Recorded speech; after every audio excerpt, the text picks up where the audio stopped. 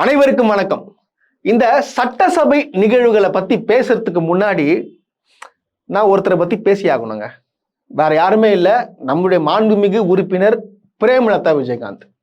ஏன்னா அவங்க திமுகவோட கூட்டணி சேர்ந்த உடனே பார்த்தீங்கன்னா நிறைய பேர், ஏன் திமுகல இருக்கிறவங்களே என்ன பண்ணாங்க, எதுக்கு நீங்களுக்கு 10 சீட்டு கொடுத்தீங்க, இவங்க பார்த்தீங்கன்னா ஒருவேளை திமுக தோச்சுன்னா கண்டிப்பா போயிடுவாங்க அப்படின்னு சொன்னாங்க. ஆனா அவங்க பாத்தீங்கன்னா அவங்க பிரச்சாரமே பயங்கரமா இருந்துச்சு. அதாவது எப்படி சொல்றேன்னா, ஒரு நாள் ஃபுல்லா பிரச்சாரம் பண்ணாங்க. இது நிறைய பேர் பார்த்திருப்பாங்க, நிறைய பேர் பார்த்துட்டு பாராட்டினாங்க. அதுக்கப்புறம் தோத்துற பிறப்புக்கு என்ன சொன்னாங்கன்னா, கண்டிப்பா பாரு இவங்க கண்டிப்பா விஜய் கூட கூட்டணி வச்சு சேர்ந்துருவாங்க அப்படின்னு சொல்லிட்டோம். எப்போ சொன்னாங்க. ஆனா அதுவும் போகாம கூடவே நின்று இன்றளவும் நம்பிக்கையா இருக்கிறாங்க. உண்மையாவே சொல்றேன், வைகோ மாதிரி ஒரு துரோகி இருக்காங்க, இந்த காங்கிரஸ் துரோகிகள்.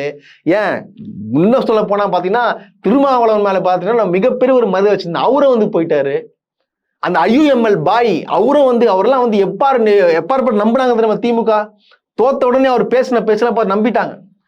அப்படி இருக்கச்ச பாத்தீங்கன்னா இன்னைக்கும் பாத்தீங்கன்னா அவங்க என்ன பண்ணிருக்காங்கன்னா, பிரேமலதா விஜயகாந்த் ஏஞ்சி நின்று, அதாவது இந்த சட்டசபையில ஒரு தலைவரை மறந்துட்டாங்க, ஆனா எந்திரிச்சு நின்று இந்தியாவின் பழமை மிக்க தலைவர், இந்த அவையில் 6 முறை முதலமைச்சராக அமர்ந்த கலைஞர் ஐயாவினுடைய நினைவு நாள், அந்த இரங்கல் செய்தியோட அவரையும் நாம் இன்றைக்கு நினைவு கூர்ந்திருந்தால் அவர் சார்ந்த கட்சிக்கு மட்டும் இல்லாமல் இந்த அவைக்கும் தமிழ்நாட்டுக்கும் ஒரு பெருமையாக, ஒரு சிறந்த உதாரணமா எடுத்துக்காட்டாக இருந்திருக்கும். எனவே அவரது நினைவு நாளை இந்த அவையில் இரங்கல் செய்தியோட நீங்கள் நினைவு கூர்ந்திருந்தால் அந்த தலைவர்களுக்கு நாம் ஒரு மரியாதை செலுத்தியதற்காக ஒப்பாகும். இன்னைக்கு கலைஞர் பழம்பெரும் மாபெரும் தலைவர் கலைஞருடைய நினைவு நாள். இன்னைக்கு அவர் நினைவு நாளை நினைவூட்டினீங்கன்னா, சட்டசபையில பேசிருந்தீங்கன்னா ரொம்ப நல்லா இருக்கும், எல்லாருக்கும் பெருமையா இருந்திருக்கும். ஏன்னா ஒரு மாபெரும் தலைவர் அப்படின்னு சொல்லிட்டு சட்டசபையில சொல்றாங்க. இது நம்ம பார்க்கும்போது என்னடா அது, ஒரு கட்சிக்காரங்க கூட இப்போ அங்க எதிர்கட்சியா இருக்கிறாங்க, அவங்க கூட பேசல. அவங்க பாத்தீங்கன்னா காலையில பாத்தீங்கன்னா கலைஞருடைய நினைவகத்துக்கு போயிட்டு நடந்து போய் பேசினாங்க. ஆனா இந்த அம்மா எந்திரிச்சு நின்று இந்த வார்த்தையை சொல்லிட்டு தான் அதுக்கு பேச ஆரம்பிச்சாங்க. அவங்களுக்கு ஒரு மிகப்பெரிய ஒரு நன்றி சொல்லிக்கிறோம். ஏன்னா கலைஞரை பத்தி சாதாரண ஆள் கிடையாதுங்க, அவரு தமிழ்நாடின் சிற்பி. அவரு இந்த அளவுக்கு கொண்டு இன்னைக்கு இருந்தனால என் விஜய்க்கு, நம்ம முதலமைச்சர் விஜய்க்கு ரொம்ப ரொம்ப பிடிக்கும்னு சொல்லியிருக்காங்க. ஆனா அவரு கூட நினைவூட்டல.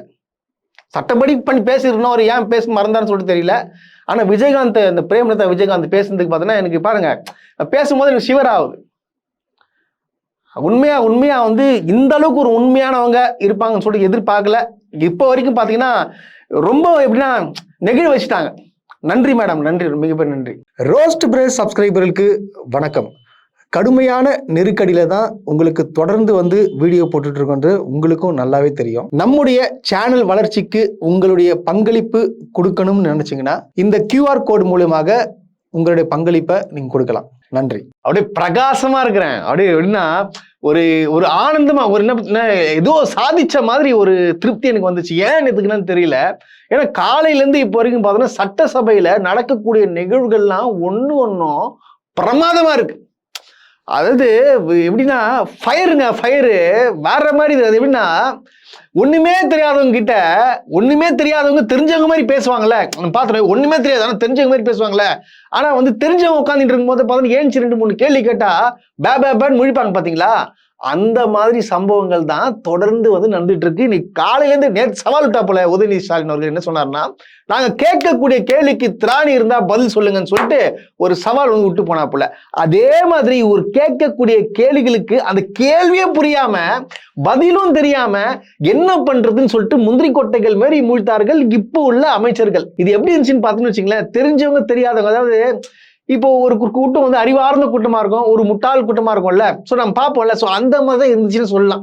இது எல்லாரும் பார்த்தா இன்னைக்கு காலையில டிவி முன்னாடி உட்காந்துட்டாங்க. என்னன்னு பார்த்தோம்னா இன்னைக்கு உதயநிதி ஸ்டாலின் ஓடுருவாரு அப்படின்னு சொல்லிட்டு, அதாவது பாருங்க ஸ்டார்டிங்ல காலையில என்ன பண்ணானுங்க, அது விஜய் வரப்போற, விஜய் நீ சம்பவம் பண்ண போற, நீ கேட்கடா கேள்வி, எங்க தளபதி பதில் கொடுப்பாரு பாடுறா, பயங்கரமான பதில் கொடுப்பாரு பாடுறா அப்படின்னு சொல்லிட்டு நிறைய பேர் ஃபயர் விட்டு இருந்தானுங்க. ஆனா இன்னைக்கு நடந்த சம்பவங்கள்லாம் பார்க்கும்போது ஸோ சேட். இன்னைக்கு எதை வச்சு ஃபயர் விடுவானுங்கன்னு சொல்லிட்டு எனக்கு தெரியல. ஆனால் ஒரு ஃபயர் விட்டுக்கிற எதுக்கு தெரியுமா?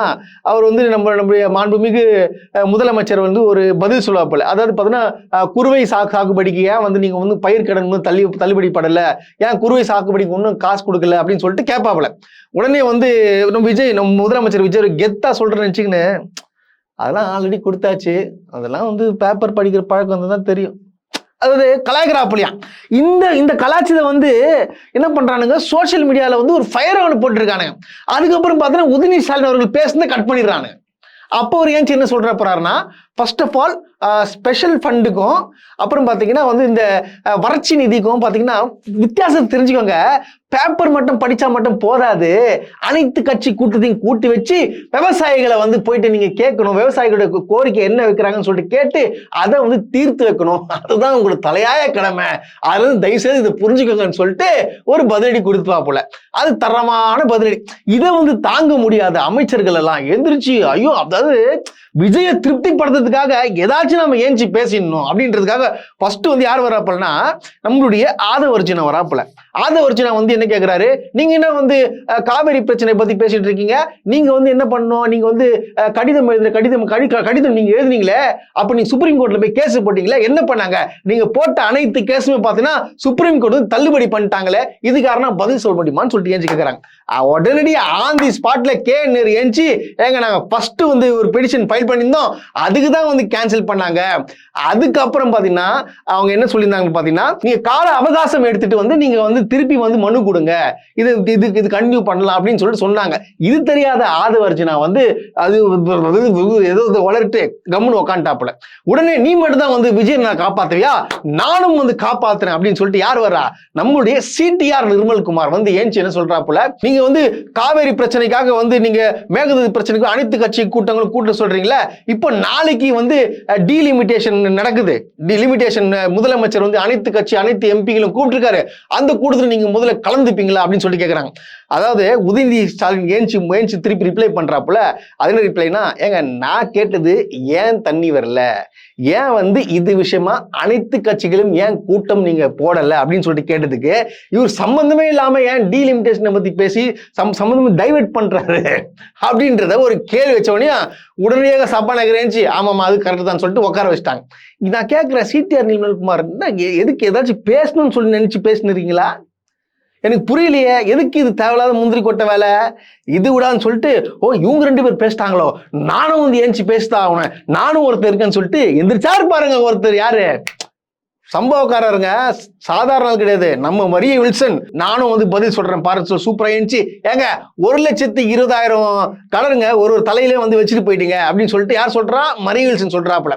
அதுக்கு டக்குன்னு உடனடியாக மாண்புமிகு முன்னாள் அமைச்சர் வந்து நேரு வந்து என்ன சொல்றாப்புல, ஏங்க கடன் வாங்காம நடத்தவே முடியாது, உங்களுடைய நிதித்துறை செயலாளர் இருக்காரு பாத்தீங்களா, அவரே என்ன சொல்லியிருக்கிறாருன்னா கடன் வாங்காம நடத்த முடியும்னு சொல்லிக்கிறாரு. சம்பந்தமே இல்லை, ஏங்க நீங்க பேசுறீங்க, தெரிஞ்சுக்கிட்டு பேசுங்கன்னு சொல்லிட்டு ஆஃப் பண்ணிட்டாங்க. ஏன்னா இவர் போட்ட நிதி பட்ஜெட்லாம் பார்த்தீங்கன்னு வச்சுங்களேன், அப்படியே எல்லாரும் வந்து ரசிச்சு சிரிக்கிறாங்க. அப்படியே அந்த அளவுக்கு ஒரு பட்ஜெட்டுங்க. உங்களுக்கு நேற்றே உங்களுக்கு தெரியல, இந்த நகை அண்ணன் சீரு அப்படின்னு சொல்லிட்டு ஒன்று கொடுத்தாரு பாருங்க. எப்படி அண்ணன் சீரு எப்படி கொடுத்தாருன்னா, வெறும் கிட்டத்தட்ட 834 கோடி தான் வந்து இதுக்கு வந்து ஒதுக்கி இருக்கிறாங்க. அது எப்படி 834 கோடி வந்து ஒரு வருஷத்துக்கு பார்த்தீங்கன்னா கிட்டத்தட்ட 4 லட்சம் பேர் கல்யாணம் ஆகுது. அப்புறம் எப்படி வந்து நீங்க வந்து இதுக்கு 834 கோடி மட்டும் ஒதுக்குவீங்க? ஏங்க சராசரியா பார்த்தோன்னா ஒரு புடவை வந்து 5,000 ரூபாய் கொடுக்குறேன்னு சொல்லிக்கிறாங்க. காஞ்சிபுரம் பட்டு ஏதோ பட்டு 5,000 கொடுக்குறேன்னு சொல்லிக்கிறாங்க. அப்ப 5,000 இன்டூ 3 லட்சம் போட்டா எவ்வளவு வருது? கிட்டத்தட்ட 1 கோடியே 34 லட்சம் என்னமோ வருது போல. அந்த 3 லட்சம் பேருக்கு 3 லட்சம் பேருக்கு. அப்போ நகைக்கு எப்படி போவீங்க? நகையே பார்த்தோன்னா ஒரு சவரம் 1 லட்சம் வருது. அப்ப நீங்க எப்படி பார்த்தாலும் ஒரு 3 லட்சம் போட்டா 3,000 கோடிக்கு மேல வருதுங்க. அப்புறம் எப்படிங்க 834 கோடி வந்து ஒதுக்கி இருப்பீங்க? ஸோ எந்த அளவுக்கு இவங்க பட்ஜெட் போட்டுருவாங்க பார்த்தீங்கன்னா, இது உலக வரலாற்றிலேயே இந்த அளவுக்கு ஒரு மோசமான பட்ஜெட்டை எவனும் பார்த்ததில்லை. இதை புதுவிதமா வந்து போடுவாங்கன்னு பார்த்தா அப்படியே என்ன பண்றாங்க, பேரை மாத்தி திமுக கொண்டு வந்த அனைத்து திட்டங்களையும் பார்த்தீங்கன்னா என்ன பண்றாங்க, அப்படியே வந்து பேரை மாத்தி போட்டுருந்து எல்லாத்தையும் வெற்றின்ற வார்த்தையை போட்டுக்கிறது. இது பட்ஜெட்டா? இது பேர் பட்ஜெட்டா? நான் கேட்கறேன். ஒரு பக்கம் பாத்தீங்கன்னா இவங்களே ஆளை செட் பண்ணி விவசாயிகளுக்கு முதலமைச்சர் நல்லது பண்ணிட்டாருன்னு சொல்லிட்டு ஒரு பக்கம் கத்துறானுங்க. ஆனா ஒரிஜினலாவே இன்னைக்கு செக்ரட்டரியேட் வாசல்ல விவசாயிகள் போராடி இருக்காங்க. ஏங்க என்னங்க அது, நீங்க பயிர் கடன் தள்ளுபடி சொல்லுங்க சொன்னீங்க, ஏங்க சொல்லுன்னு சொல்லிட்டு கேட்டதுக்கு அவங்கள கைது பண்ணி கூட்டு போயிருக்காங்க. எங்க ஒரு பக்கம் வந்து முதலமைச்சர் நான் விவசாயிக்கு பாத்தீங்கன்னா அரணாக இருப்பேன், துணையாக இருப்பேன்றாரு. இன்னைக்கு அரெஸ்ட் பண்ணிருக்காங்க. உண்மை அரெஸ்ட் பண்ணி இந்த வீடியோ பாருங்க. சென்னை தலைமை செயலகத்திற்கு வெளியே பயிர்க்கடனை முழுமையாக தள்ளுபடி செய்ய வலியுறுத்தி விவசாயிகள் பதாகைகளை ஏந்தி போராட்டத்தில் ஈடுபட்டிருக்கிறார்கள். அந்த காட்சிகளை நாம் தற்போது திரையில் பார்த்து வருகிறோம். பட்ஜெட் மீதான விவாதங்கள் நடைபெற்று வரக்கூடிய இந்த ஒரு சூழலில் தலைமை செயலகத்திற்கு வெளியே விவசாயிகள் போராட்டத்தை முன்னெடுத்திருக்கிறார்கள். பயிர்க்கடனை முழுமையாக தள்ளுபடி செய்ய வேண்டும் என்ற கோரிக்கையை வலியுறுத்தி இவர்கள் இந்த போராட்டத்தை முன்னெடுத்திருக்கிறார்கள். கையில் பதாகைகளை ஏந்தி இவர்கள் போராட்டம் கூடிய அந்த காட்சிகளை பார்க்கிறோம். அப்ப எப்படி, அப்ப நீ இப்படி சொல்றது எத்துக்குவா இல்ல அப்படி சொல்றது எத்துக்குவா? எனக்கு சத்தியமா எனக்கு புரியலங்க. அதாவது ஒரு சட்டசபையில எப்படி ஒரு எதிர்கட்சிக்காரன் கேட்டா எப்படி பதில் சொல்லணும் தெரியுமா? எப்படி நம்ம பதில் சொல்லணும்? தம்பி இந்த வீடியோ கொஞ்சம் போடுறா. நாடாளுமன்றத்தில் இருக்கின்றார். ஏன் இந்த காவிரி பிரச்சனை எழுப்ப? காவேரி பிரச்சனை பற்றி நாடாளுமன்றத்தில் திமுக அவர்கள் பேசவில்லை என்பதை இங்கே எதிர்க்கட்சித் தலைவர் சொல்லுகிறார். நாம் பேசியதை நிரூபிக்கவா? பேசியிருப்பதை நிரூபிக்கவா? இல்லாத பொல்லாதன்னு சொல்லக்கூடாது. ஆதாரம் இருந்தால் சொல்லுங்க. பேசவில்லை என்பது அது சட்டமன்றத்தில் வந்து ஒரு எதிர்க்கட்சித் தலைவர் பேசுவது தான் மரபா? ஏன் நீங்க பேசிட்டா போதுமா? ஏன் உங்களுக்கு 38 பேர் இருக்கிறீங்க? ஏன் அவையை ஒத்துழைக்கலாம்ல? அந்த துணிச்சல் உங்க இடத்துல காணல. துணிச்சலை பற்றி எதிர்க்கட்சித் தலைவர் எங்களுக்கு சொல்ல வேண்டிய அவசியம் இல்லை. என்ன துணிச்சல் முறை எங்களுக்கு தெரியும். அதெல்லாம் அதை வந்து எங்க சொல்லி இந்த அவையில வந்து மரபை வந்து மீற வேண்டிய அவசியம் இல்லை. நாங்களும் மக்கள் தேர்ந்தெடுக்கப்பட்ட பிரதிநிதிகள். விவசாயியுடைய குறைகளை பேசுவதற்கு ஒவ்வொருவருக்கும் உரிமை உண்டு. இதுவரையில் பேசியதை நான் ஏதாவது குறுக்கிட்டு என்ன ஏன் இப்படி பேசுன்னு கேட்டேன்னா, அவரான தகவலை சொல்லுவதுதான் பவர் என்று நான் மறுக்கிறேனே தவிர வேற ஒன்றும் இல்லை. உங்களுக்கு எல்லா உரிமையும் உண்டு. இங்க இருக்கக்கூடிய எல்லா சட்டமன்ற உறுப்பினர்களுக்கும் இருக்கக்கூடிய உரிமையை நான் தடுக்க விரும்பல. அதுல நுழைவதும் மரபல்ல, முறையும் அல்ல. அது உங்களுக்கு இருக்கக்கூடிய உரிமை. ஆனால் தவறான கருத்துக்களை இந்த அவையில பதிவு செய்யும் போது அதை மறுப்பது என்பது என்னுடைய கடமை. பாத்தீங்களாங்க எவ்வளவு ஒரு கம்பீரமா நம்முடைய முன்னாள் முதலமைச்சர் எதிர்க்கட்சி தலைவராக இருந்த எடப்பாடி பழனிசாமிக்கு எப்படி ரிப்ளை கொடுத்துருக்காரு பாருங்க. இந்த மாதிரி கொடுக்கணும். இந்த வீடியோவை கண்டிப்பா முதலமைச்சர் விஜய் பார்க்கணுங்க. ஒரு பவர்ஃபுல்லா எப்படி ஹேண்டில் பண்ற ஒரு சட்டசபைய கேட்ட கேள்விக்கு அமைச்சர்லாம் பதில் சொல்ல மாட்டா போல, முதலமைச்சர் ஏன்ச்சிட்டு பதில் சொல்ல. இங்க எப்படி? இங்க இல்லையே. இங்க பதில் ஏதாச்சும் ஒன்று சொல்லணுன்றதுக்காக சும்மா பேசி விட்டு அவ்வளவுதான், அதில் உட்காந்துது. அதுக்கப்புறம் வந்து உதயநிதி கேட்ட ஒரு கேள்விக்கு நீங்க நீங்களா பதில் சொன்னீங்க. மாத்தி போட்டி யார் பதில் சொல்லியிருந்தாரு பாத்தீங்கன்னா இங்குள்ள அமைச்சர்கள் யாரு, மரிய வில்சன், அப்புறம் பாத்தீங்கன்னா ஒரு ராஜ்மோகன், அப்புறம் பாத்தீங்கன்னா யாரு நம்மளுடைய ஆதவர்ஜுனா, இவங்க தான் வந்து பதில் சொல்லியிருந்தாங்க. இப்படி இருக்கச்ச நம்முடைய முதலமைச்சர் விஜய் என்ன பண்ணிட்டாப்புல, இந்த மாதிரி மேகதாது பிரச்சனைக்கும் அந்த நீர் பிரச்சனைக்கும் பாத்தீங்கன்னா எங்களுடைய மாண்புமிகு நீர்வளத்துறை அமைச்சர் வந்து பதில் சொல்லுவாருன்னு சொல்லிட்டு சைலண்டா போட்டு வந்துட்டா போல.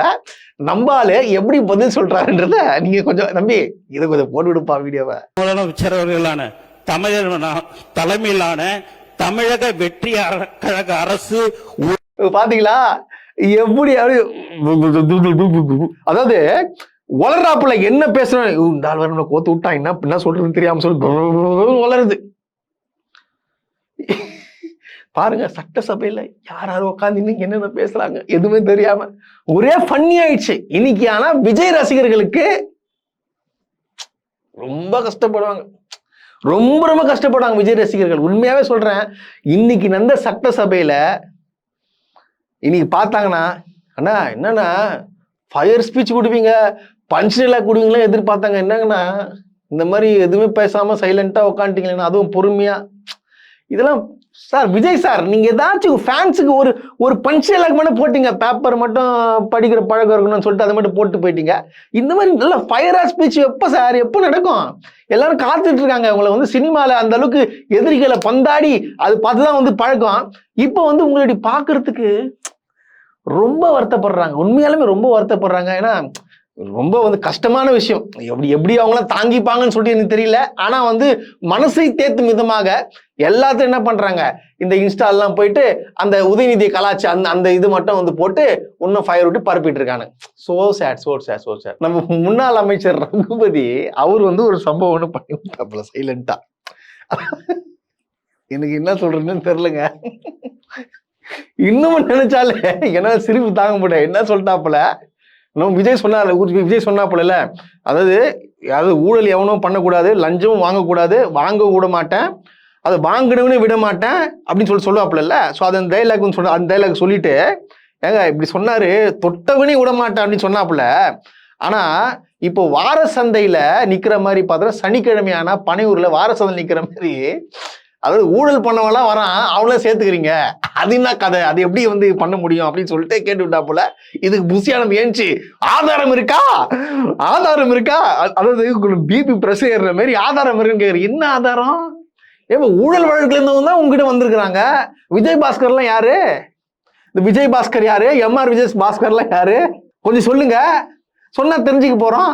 இது இல்லாம இஷ்டத்துக்கு பேசி விட்டு எதுக்கு இது மாதிரி மாற்றீங்கன்னு சொல்லிட்டு ஒண்ணுமே. வார சந்தையாங்க பனையூர்ல வார சந்தை. இந்த வார சந்தையில ஊழல் பண்றவங்களாம் வராங்களாம். இவங்க என்ன பண்றாங்க, வாஷிங் மிஷின்ல போட்டு தூய்மைப்படுத்தி சேர்த்துக்கிறாங்க. ஸோ இப்படிதான் நடந்துட்டு இருக்கு. இது போக பாத்தீங்கன்னா இந்த லாட்ரி மேட்டரை கொண்டு விட்டாங்க. இப்போ இந்த லாட்ரி மேட்டர் என்ன இருக்குன்னா, இந்த மாதிரி 9,000 இந்த மாதிரி லாட்ரியை பத்தி பேசுறாரு. இந்த மாதிரி திமுகல இருக்கும்போது பாத்தீங்கன்னா ஒரு அமௌண்ட் வாங்குனீங்க லாட்ரி நிறுவனத்துக்கிட்ட எதுக்காக நீங்க 9,000 கோடி வாங்குனீங்க அப்படின்னு சொல்லிட்டு உதயநிதி ஸ்டாலின் கிட்ட யாரு கேட்கிறா, ஆதவர்ஜனா கேட்கிறாப்புல. உடனே நம்பால் சும்மா இருப்பாரு, அவரு ஏஞ்சி நின்று, இது உங்க மாமனார் இருக்கிற மார்ட்டினு, அவர்கிட்ட கேளுங்க ஏன் நீங்க காசு கொடுத்தீங்கன்னு சொல்லிட்டு. உடனே காண்டுல கோவத்தை அப்படியே கட்டுப்படுத்த முடியாம ஏஞ்சி, இங்க உங்க அப்பா இல்ல, எங்க உங்க அப்பா இல்ல, அவர் வீட்டுல இருக்கிறாரு, உங்க வீட்டுல போய் கேட்டு தெரிஞ்சுக்கோங்க. ஏன் தைரியம் தான் இப்ப சொல்லு, நீ தானே சொல்ற 9,000 கோடி வாங்கினாங்கன்றல, அவர் தான் கேட்கிறாருல, மாமனார் கேட்டுக்கொன்ற, இப்ப கேட்டு சொல்லு, உனக்கு தெரியும் தானே, இப்ப சொல்றது தானே மிஸ்டர் மாண்புமிகு அமைச்சர் ஆதவர்ஜனா, இப்ப நீங்க சொல்றது தானே, எதுக்கு இங்க அந்த காண்டுல கத்தின்னு வளரிட்டு இருக்கீங்க, எதுக்கு இந்த பேச்சு, ஆணவ பேச்சுலாம்? ஏன் ஒரு சட்டசபை மாண்பே இல்லை. அது போக பாத்தீங்கன்னா ராஜ்மோகன் ஏதோ ஒரு பஞ்ச் டயலாக் பேசுற மாதிரி பேசிட்டாப்புல. அந்த சபாநாயகரோட ஃபேஸ் ரியாக்ஷன் இருக்கு பாருப்பா, அந்த ஃபேஸ் ரியாக்ஷன் மட்டும் கொஞ்சம் போட்டு விடுப்பா. ஏமாத்த தெரியாது, ஊரை ஏமாற்றி உலகில் போட தெரியாது என்பதை சொல்லும்படி நகைச்சுவையாக உங்கள் மூலமாக தெரியப்படும்.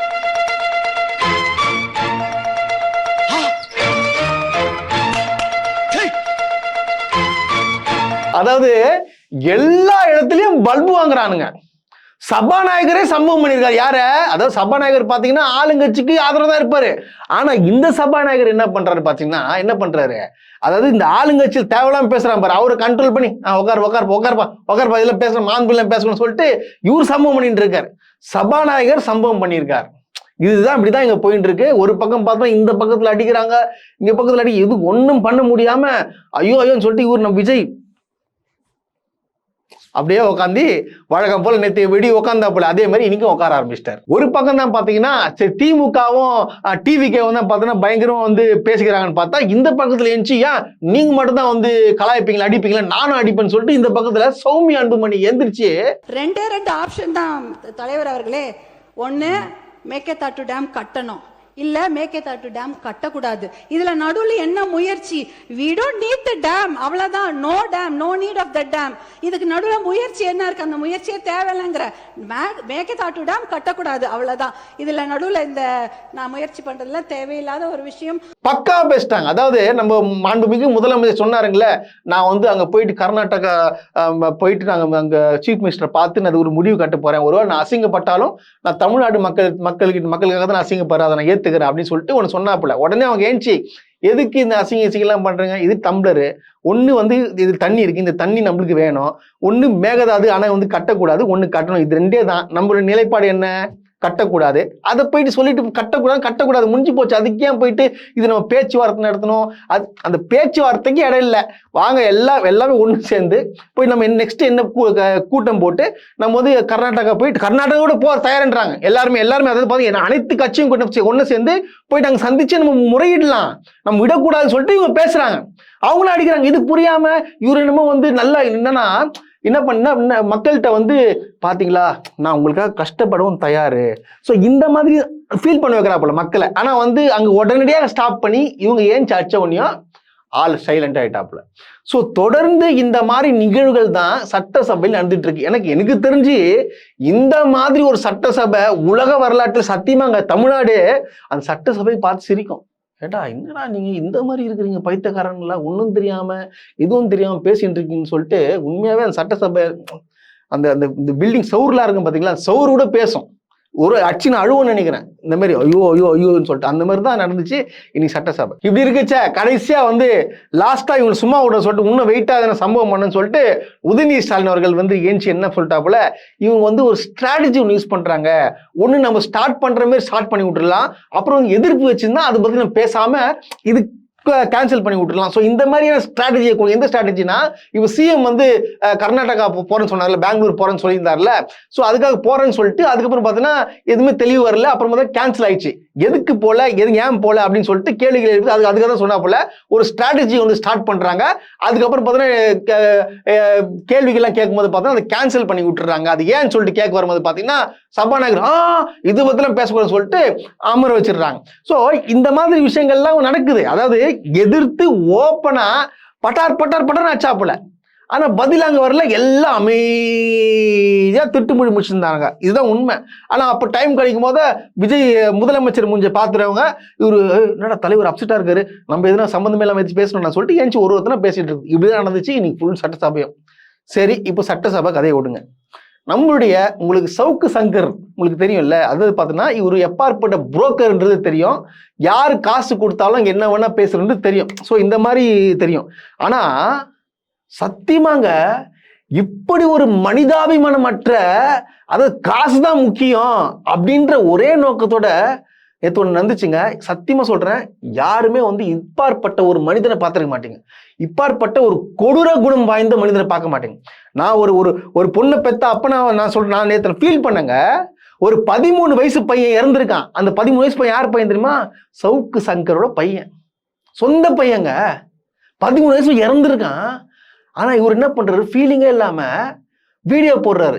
இந்த வீடியோல என்ன சொல்றா போனா, ஒரு நரேட்டிவ் செட் பண்ற, என்னன்னா என் மகன் இறந்துட்டான், இருந்தாலும் வந்து திமுக செய்த அடக்குமுறைகள்ல மக்கள் என்ன போட்டு காட்டணும், அதுதான் முக்கியம். விஜய் எப்படிலாம் வந்து அரசியல் பண்ணிட்டு இருக்க, சீஃப் மினிஸ்டர் எப்படிலாம் செயல்படுறதுன்னு சொல்லிட்டு மக்கள்கிட்ட கொண்டு போய் சேர்க்கணும், அதுதான் எங்களுக்கு முக்கியம் அப்படின்னு சொல்றாப்புல. புரிதுங்களா? அதாவது என்ன சொல்ல வர்றாருன்னா, விஜய்க்கு பதிவு பண்ணி வைக்கிறாப்புல முதலமைச்சருக்கு. இவர் வந்து தன்னுடைய பையனே வந்து இறந்து போனாலும் பரவாயில்ல, நீங்க சட்டசபையில மக்கள் நலனுக்காக நீங்க பண்ணிட்டு இருக்கீங்க, அதை நான் கொண்டு வந்து பேசணும், திமுக பண்ண ஊழல்லாம் எக்ஸ்போஸ் பண்ணணும், அதுதான் எனக்கு முக்கியம் அப்படின்னு சொல்லிட்டு வராப்புல. அப்போ இந்த குணம் உங்களுக்கு என்ன காட்டுது? பெத்த பையனுக்காக ஒரு நாள் லீவ் விட்டா என்ன, வீடியோ போட்டு காசு சம்பாரிச்சாகணுமா? இது ஆகுதா? எனக்கு புரியலையே. எங்க பையங்க என்னதான் வந்து டைவர்ஸ் கூட ஆகலன்னு சொல்றாங்க, என்னதான் வந்து பிரிஞ்சிருந்தாலும் பெத்த பையன் மேல பாசம் இருக்காது. ஆனா சில சைக்கோக்களும் வந்து இவருக்கு ரசிகரா இருக்காங்க, இவரு நல்ல விஷயம் எக்ஸ்போஸ் பண்றாரு. இதையும் பாருங்க, அவன் பையன் இறந்துட்டான், இருந்தாலும் சவுக்கு சங்கர் அங்க இருந்து வீடியோ பொருளை குறியா இருக்கிறாங்க. ஏங்க அந்த வீடியோ தொடக்கத்துல எவ்வளவு கூட எப்படி பேசுறாங்கன்றது பாருங்க, இந்த வீடியோ பாருங்களேன். எத்தனை இழப்புகளை சந்தித்தாலும் இந்த உலகத்தின் இயக்கம் யாருக்காகவும் நிற்கப் போவதில்லை. ஒரு நாள் 2 நாள் விடுமுறை விடுவதற்கே நமது நேயர்கள் எந்த அளவுக்கு நம்மளை மிஸ் பண்றாங்கன்றத கமெண்ட்டுகளில் சொல்கிறார்கள். அதனால் நம்முடைய பிரச்சனைகள் நம்மளோடு, நாட்டின் பிரச்சனைகளை மக்களிடம் எடுத்து வைக்க வேண்டியது நமது கடமை. எத்தகைய சிக்கல் இருந்தாலும் நமது கடமையிலிருந்து நாம் தவறக்கூடாது. நாம் மிகப்பெரிய நெருக்கடிகளை சந்தித்து நம்மை கடந்த கால ஆட்சி அழிக்க நினைத்த போதெல்லாம் இந்த மக்கள் ஆதரவில் தான் நாம் மீண்டும் மீண்டும் எழுந்து வந்திருக்கிறோம். அந்த மக்களுக்காகத்தான் இப்போதும் நமது துன்பங்களை ஓரமாக வைத்துவிட்டு பேசுகிறேன். பாத்தீங்களா, இதுதான் ஒரு மனசாட்சி இல்லாத மிருகங்க. உண்மையா சொல்றேன், இப்பாற்பட்ட ஒரு மனிதர்கள்லாம் எப்படி இந்த உலகத்துல வாழ்றாங்க. இதுல வேற ஒரு சப்ஸ்கிரைபர்ஸ், ஒரு ஃபாலோவர்ஸ், சவுக்கு சார் நீங்க தினமும் வீடியோ போடுங்க சார், வந்து நீங்க உங்களுக்கு பார்த்தாதான் எங்களுக்கு என்ன, இதெல்லாம் மனிதாபிமற்றது. ஒரு 13 வயசு பையன் எப்படிங்க தூக்கு மாட்டுற அளவுக்கு அவனுக்கு எப்படிங்க, என்னங்க அது எப்படி, எனக்கு புரியவே இல்லை சத்தியமா. அது ரொம்ப கஷ்டமா இருக்கு.